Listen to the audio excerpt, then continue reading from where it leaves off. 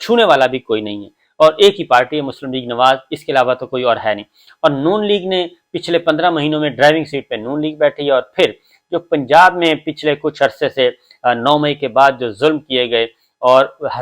10,000 سیاسی قیدی جو ہیں وہ جیلوں میں ہیں، اور جو ایک کریک ڈاؤن کیا گیا، آپریشن کیا گیا، چادر چار دیواری کا تحفظ پامال کی، اس کی جو نفرت ہے، اس کا غصہ ہے، وہ بھی عوام میں موجود ہے۔ اس لیے یہ جو کیئر ٹیکر سیٹ اپ اور اس کو لمبا کرنا، اور 9 مئی کے بعد کے واقعات جو ہوئے ہیں،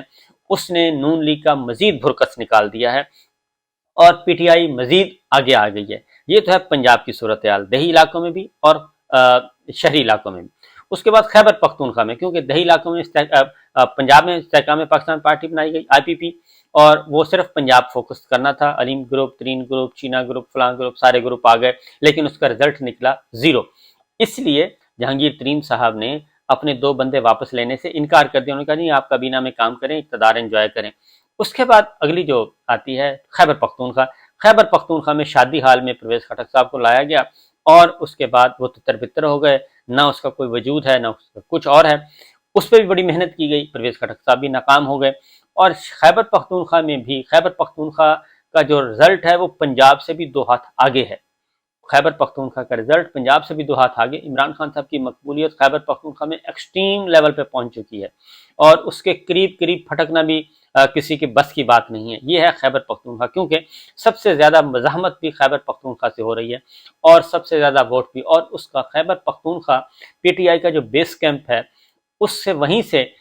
جو کونپلیں پھونٹی، وہ کراچی، حیدرآباد، سکھر، بلوچستان کا پختون بیلٹ جو ہے، وہاں پہ بھی عمران خان پاپولر ہے۔ پختون بیلٹ میں اور سندھ میں، کراچی میں، حیدرآباد میں، سکھر میں، وہاں پہ جہاں جہاں پختون موجود ہیں، وہاں پہ پاکستان تحریک انصاف زندہ و جاوید، اور وہاں پہ وہ مقبولیت کی طرف بڑھ رہی ہے۔ اس لیے کراچی میں بھی اور سندھ میں بھی، کراچی کے اربن ایریاز کے لیے ایم کیو ایم کو ری یونین کیا گیا، اس کی ری یونین ہوئی، اس کا بھی کوئی ابھی تک اثر اور فرق نہیں پڑا، اور خاص طور پہ 9 مئی کے بعد کے واقعات، اور پہلے 25 مئی تھا، پھر 9 مئی ہو گیا، یہ ساری جو چیزیں ہیں، یہ سب سے زیادہ پریشان کن ہے نون لیگ مولانا کے لیے اور نواز شریف صاحب کے لیے۔ پیپلز پارٹی کو کوئی ایشو نہیں ہے، پیپلز پارٹی کا اپنا صوبہ سندھ محفوظ ہے، اور وہ 2 سیٹیں، 4 سیٹیں، ایک سیٹ کہیں اور سے بھی ان کی نکل آئیں گی۔ اسی لیے انہوں نے کشمیر میں یہ آپریشن کیا، رجیم چینج آپریشن کیا، اس کے بعد گلگت بلتستان میں کیا، وہاں پہ پی ٹی آئی کو ختم کرنے کی کوشش کی، لیکن پی ٹی آئی کے ہی وہاں پہ وزیر اعلیٰ، انہی جماعت میں سے ان کا وزیر اعلیٰ آنا پڑا، اسی جماعت کے پیچھے لگنا پڑا، اسی جماعت میں پی ٹی آئی کی سربراہی میں ہی کولیشن گورنمنٹ بنانا پڑی، لوٹا کریسی کا ضرور سہارا لیا، لیکن ہیں پی ٹی آئی کے لوگ ہی وہاں، تو لہٰذا وہاں پہ بھی وہ کام نہیں ہو سکا جو کہ یہ کرنا چاہ رہے تھے۔ اب آتے ہیں جو عمران خان صاحب کے لیے۔ عمران خان صاحب کو اب مقدمات میں الجھایا جانا مقصود ہے، پاکستان تحریک انصاف کو بین کرنا مقصود تھا، پی ٹی آئی ابھی تک بین ہونے کی کوئی دور نظر نہیں آ رہی، کوئی شکل نظر نہیں آ رہی، اور اس میں پاکستان پیپلز پارٹی جو ہے وہ خاص طور پہ ایک رول ادا کر رہی ہے، وہ ود ان سسٹم اور حکمراں اتحاد، 15 جماعتی حکمراں اتحاد میں پاکستان پیپلز پارٹی ایک رول ادا کر رہی ہے۔ اس سے پتہ ہے کہ اگر عمران خان اور پاکستان تحریک انصاف کو راستے سے بالکل ہٹا دیا گیا اور نون لیگ کو شیئر کر دیا گیا، تو نون لیگ کی جو فرعونیت ہے وہ سب سے زیادہ پیپلز پارٹی نے بھگتی ہے۔ 11 سال زرداری صاحب جیل میں رہے، محترمہ بے نظیر بھٹو کے ساتھ انہوں نے کیا کیا، شریف فیملی نے، وہ سارے کا سارا ذوالفقار علی بھٹو صاحب کی پانسی، زیاد صاحب کا ساتھ دینا، اور ایک باقاعدہ طور پہ وہ تو ان کی نون لیگ کی اور شریف فیملی کی تو مینوفیکچرنگ ہی پیپلز پارٹی کے اگینسٹ ہوئی تھی، لبرلز کے اگینسٹ ہوئی تھی، ڈیموکریٹس کے اگینسٹ ہوئی تھی، وہ جو مینوفیکچرنگ ہے وہ ابھی تک کام کر رہی ہے۔ لہٰذا پیپلز پارٹی کو بہت اچھی طرح پتہ ہے، زرداری صاحب کو، بھٹو فیملی کو، وہ کبھی بھی نہیں چاہیں گے کہ پاکستان تحریک انصاف اور عمران خان صاحب بالکل سیاسی صفحہ ہستی سے مٹ جائیں اور میدان چھوڑ دیا جائے شریف فیملی کے لیے۔ لہٰذا وہاں سے وہ ایک اندر بیٹھے کام کر رہے ہیں، اور انہوں نے اب تک پی ٹی آئی کسی بھی سیاسی جماعت، انہوں نے ایک اصول بنا لیا کہ کسی سیاسی جماعت پر پابندی عائد نہیں کی جائے گی جو انتخابی اصلاحات ہو رہی ہیں، لہٰذا وہ تو ہو گیا۔ اب یہاں تک معاملہ ہے، اب ان کو تازہ جو جتنے مقدمات، اور یہ سارے مقدمات جو ہیں وہ نون لیگ نے بنائے ہیں، پاکستان تحریک انصاف کے چیئرمین عمران خان کے خلاف، پی ٹی آئی کے خلاف، پی ٹی آئی کے رہنماؤں کے خلاف، یہ سارے مقدمات پنجاب میں ہیں، اور پنجاب میں اور پنجاب کو کنٹرول کر رہا ہے مرکز، یعنی کہ رانا ثناء اللہ صاحب ہیں، شہباز شریف صاحب ہیں، اور عطا تارڑ صاحب ہیں، مریم صاحبہ ہیں، نواز شریف صاحب ہیں، وہ کر رہے ہیں۔ یہ سارے مقدمات وہ بنا رہے ہیں کیونکہ ان کو پتہ ہے کہ عمران خان کی اسٹیبلشمنٹ سے نہیں بنتی،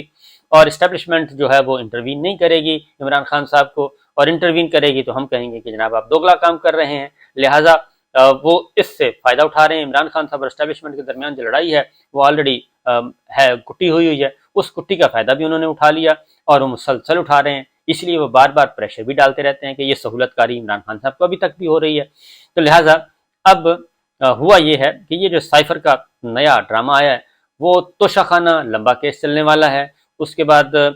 توشہ خانہ میں اسلام آباد ہائی کورٹ میں پینڈنگ پڑا ہے، توشہ خانہ آج شروع ہو چکا ہے، اور اس میں بھی کوئی ان کو گارنٹی نہیں ہے کہ توشہ خانہ جو ہے وہ اس وقت تک عمران خان صاحب فارغ ہو جائیں۔ عمران خان صاحب فارغ ہوتے ہیں تو پی ٹی آئی موجود ہے، تو ان کے لیے بڑے مسائل ہیں، وہ پی ٹی آئی کو بھی بین کروانا چاہیں گے، اور اس سے بچنے کے لیے یہ عمران خان، یہ خاص طور پہ پی ایم ایل این شریف فیملی وہ کوشش کر رہی ہے، اور جو نہیں کر رہے میں نے کو بتا دی ہے۔ تو دوسری جانب ایک اور چیز، اور جو شریف فیملی ایک پلان بنا کے بیٹھی ہے، وہ کہتی ہے کہ جسٹس قاضی فائز صاحب آئیں گے تو ہمارا کھیل شروع ہو جائے گا، اور ہم اس وقت مکمل طور پہ پورا سسٹم ہمارے قبضے میں ہوگا، اور ہمیں پھر کسی قسم کی کوئی مزاحمت نہیں ملے گی۔ وہ ایک الگ چیپٹر ہے، اور وہ جب جسٹس قاضی فائز صاحب آئیں گے، چیف جسٹس بنیں گے، تو پتہ چل جائے گا کہ کیا ہونا ہے۔ اب آتے ہیں، اس لیے کبھی توشہ خانہ آ جاتا ہے، کبھی عدت نکاح آ جاتا ہے، کبھی آپ کے قتل، اقدام قتل کے مقدمات آ جاتے ہیں، دہشت گردی کے مقدمات آ جاتے ہیں، القاعدہ ٹرسٹ آ جاتا ہے، سب کچھ آ جاتا ہے۔ اب ان ساری غبارے جب پھٹ گئے ہیں اور ان کو پتہ ہے کہ یہ سزا والے کیس نہیں ہیں، تو انہوں نے سائفر لے کے آئے۔ اب سائفر سے سلسلہ شروع ہوا تھا، سائفر پہ ہی وہ ختم کر رہے ہیں۔ اب یہاں پہ عمران خان صاحب کو پتہ ہے، اور جاننے والے جانتے ہیں کہ عمران خان صاحب کی جب بنی گالہ میں تھے تو ان کی ملاقاتیں ہوئی ہیں پچھلے دنوں، جب ایک رات انہوں نے بنی گالہ میں قیام کیے یا 2 رات، وہاں پہ عمران خان صاحب کی ملاقاتیں ہوئیں، اور ان ملاقاتوں کے نتیجے میں پاکستان میں بہت زیادہ ہلچل مچی ہوئی ہے۔ وہ ملاقاتیں ابھی منظر عام پہ نہیں آئیں، اور انہی ملاقاتوں کی وجہ سے ہی یہ سراسیمگی پھیلی ہوئی ہے، اور دوبارہ ہاتھ پاؤں پھولے ہوئے ہیں، اور کسی اور کے نہیں پھولے ہوئے، وہ پھولے ہوئے ہیں نواز لیگ اور شریف فیملی کے، کہ آخر یہ ماجرا کیا ہے، یہ ہو کیا رہا ہے۔ اس کے بعد مسلسل پریشرائز کرنے کی بھی کوشش کی گئی۔ اب یہ جو سائفر والا معاملہ کھولنے کی کوشش کی، اعظم خان صاحب کو پہلے اغوا کیا گیا، پھر لاپتہ کیا گیا، پھر مسنگ، پھر پیٹیشن، پھر وہاں کوئی جواب نہیں۔ اب اچانک ان کا ان کے نام پہ ایک سٹیٹمنٹ جو ٹائپ شدہ ہے، اور اس میں پیرا ڈی بھی موجود ہے، اسکرپٹ بھی ہے، وہ دفعہ 164 کا بیان بھی ہے، وہ جاری کیا گیا۔ اب اس کا ایک ہی بنیادی مقصد ہے کہ عمران خان صاحب جو ہیں وہ دوبارہ فلیئر اپ ہوں، دوبارہ فلیئر اپ ہو کے کوئی نہ کوئی ایسی غلطی کریں کہ ان کو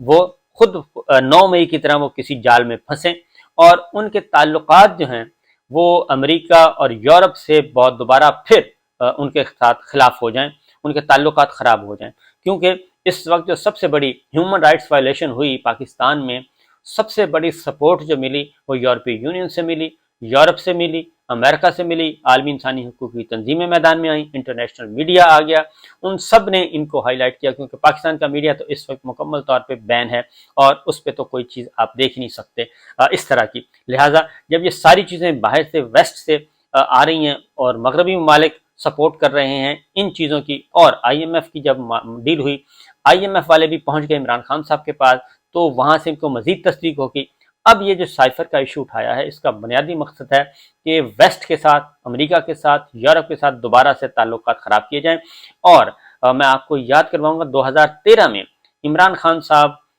کا ایک انٹرویو ہوا، حامد میر صاحب نے ان سے ایک سوال پوچھا، اور وہ تھا طالبان کے بارے میں، اور وہ سوال کا جواب جو عمران خان صاحب کا تھا، وہی جواب جو ہے وہ کافی تھا عمران خان صاحب کے لیے پوائنٹس کم کرنے کے لیے، اور انٹرنیشنلی جو ان کی قبولیت ہے، ایکسیپٹیبلٹی کو کم کرنے کے لیے وہ کافی تھا۔ وہ ایک باقاعدہ طور پہ ابھی بھی عمران خان صاحب کو دوبارہ اسی مقدمات میں اور اسی نیریٹو میں، اسی بیانی میں الجھانے کی کوشش کی جا رہی ہے۔ تو میری انتہائی سمجھدار لوگوں سے بات ہوئی ہے، وہ یہ کہتے ہیں کہ عمران خان صاحب کو آئندہ چند دن الیکشن تک پھونک پھونک کر قدم رکھنے کی ضرورت ہے، اور ایسے کسی جال میں، ایسے کسی پھندے میں، ایسے کسی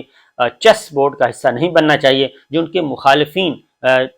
ٹیبل پہ سجائیں اور ان کو ٹریپ کریں، کہ وہ آئیں اور ان کی وکٹ پہ کھیلیں یا ان کے نیریٹو پہ کھیلنے کی کوشش کریں. تو لہٰذا یہ تھا عمران خان صاحب کے لیے کہ آنے والے چند دن عمران خان صاحب کے لیے بہت ہی اہم ہیں، اور یہ جو سائفر کا ایشو ہے یہ کوئی اتنا بڑا ایشو نہیں ہے. اور اس کی ریزن ہے کہ اس سے نون لیگ شریف فیملی وہ جنرل باجوہ صاحب کو بھی اور عمران خان صاحب کو بھی شکار کرنا چاہ رہے ہیں، اور چونکہ نواز شریف صاحب اپنے جو دشمن ہیں ان کو معاف نہیں کرتے اور باجوہ صاحب کو دشمن نمبر 1 سمجھتے ہیں اپنا. اجازت دیجیے، اللہ حافظ.